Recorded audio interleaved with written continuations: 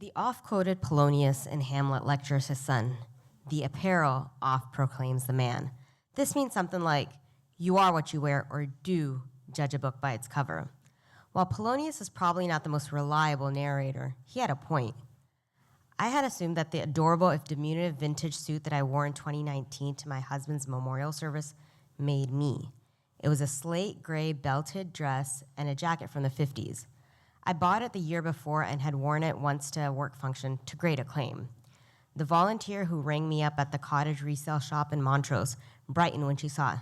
This outfit, she explained, had been in the honeymoon trousseau of one of our board members' mothers. In the dressing room, to say that I strained to zip it up would be an understatement. I had to not only suck in my gut, but bend over in unglamorous contortion. I failed. I bought it anyway. I don't know whether the previous owner sported an hourglass figure or a girdle or both, but I could not get this fabric to cinch. That's where the jacket comes in. So as long as I keep it on, my rib cage and surrounding flesh remains concealed. I later added a hole to the westernmost edge of the belt. The ensemble is fetching. The day of the funeral, my 3 still growing sons performed their semi-annual dress clothes swap, each one handing the other the next size down the line until everyone was reasonably clad. We had one of their dad's jackets altered for one son. They wound up pulling it together and looking sharp, notwithstanding the odd wrist or ankle bone poking out from under the cuff. The uncles had to step in for tie tying. I was hopeless there. As for emotions, we kept it together reasonably well, though there were probably some exposed bones there as well.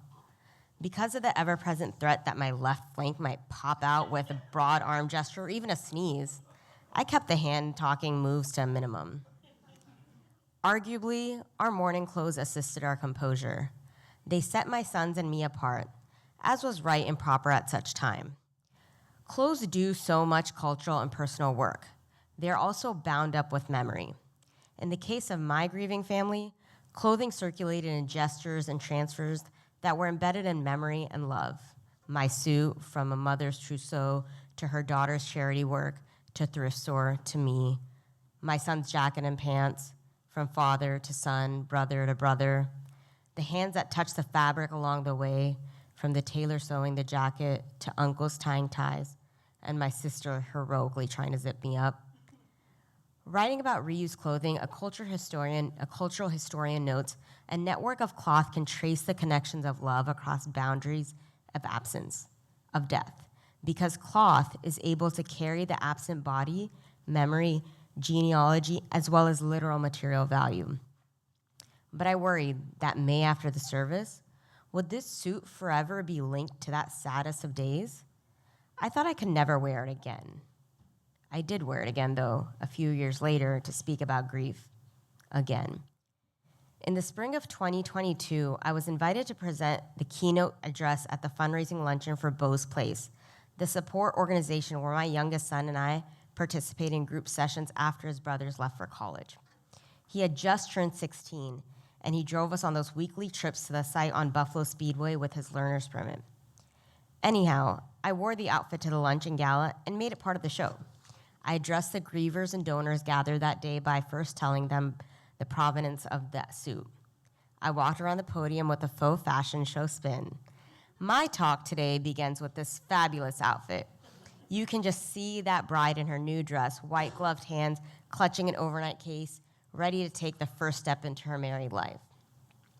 I told them what I told you about wearing it last at the memorial service and wondering, if it was not forever tainted by that sorrowful day for me, would it seem tacky to others? People would remember, she's wearing that outfit again? Or they think I got all Jackie Kennedy in Dallas. Poor thing, she's still wearing that suit? This past Halloween, I tried it on with a pillbox hat thinking the marvelous Mrs. Maisel. But it didn't feel like a costume. Plus, it left no room for me to eat any treats. It still felt like my own thrifted clothes I'd worn while my husband was still alive, if also apparel that played a particular role that day. My widow's weeds, to use a term from the Renaissance. This morning, as I prepared to address you on behalf of Beau's Place, Where many of us have cried, I looked into my closet and thought, why let this darling suit languish? I heard my husband answer, heck yeah, wear it. These are the kind of people who will get it.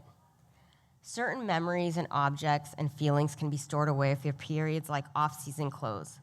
Others remain alive with everyday use, to quote Alice Walker's iconic short story of the same name about family members' attitudes towards an heirloom quilt. The stitched together cloth endures whether revered in a museum wall or at the foot of the bed. Now, some of the men at the little liberal church we attended inhabit my man's clothes again. Joe wore a striped button down on Easter. John beams when he shows that he's wearing one of his concert t-shirts. My tall Norwegian neighbor who comes over when height is needed for some home maintenance, he gets the Beto shirt. When my son was here last, I found the black Fender t-shirt in the wash.